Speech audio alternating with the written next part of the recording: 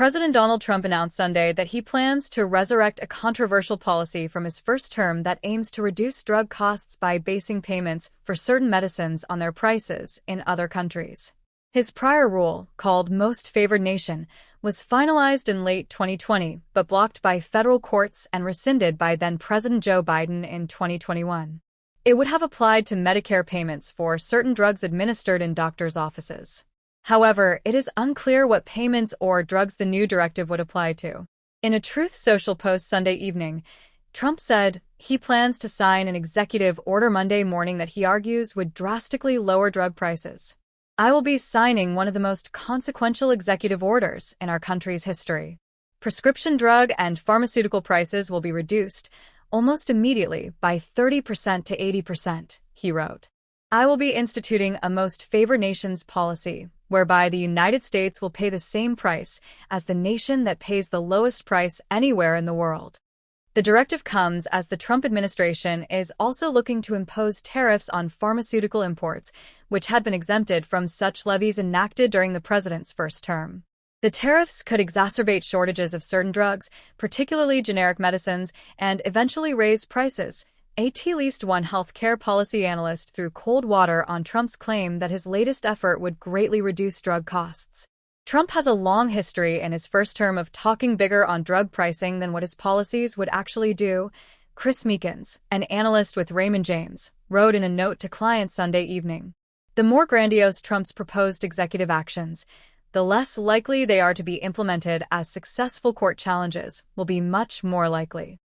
Although lowering drug prices was a major talking point of his first administration, Trump has not focused on the topic as much this term. And his campaign told Politico last year that he had moved away from the most favored nation model, which many Republicans strongly oppose. But the administration revived the idea recently as a potential way to meet deep spending cut targets for Medicaid in the House GOP's sweeping tax and spending cuts package.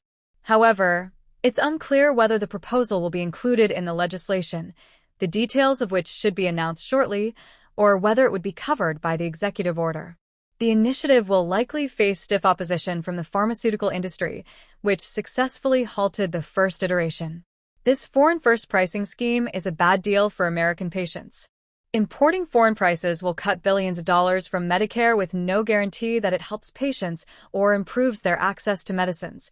Stephen Ubiel, CEO of PHRMA, the industry's main trade group, said in a statement.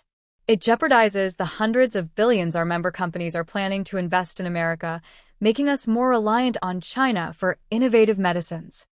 The Trump administration introduced the idea of tying Medicare's drug reimbursements to the prices in other countries in 2018 and finalized the rule just after the 2020 election.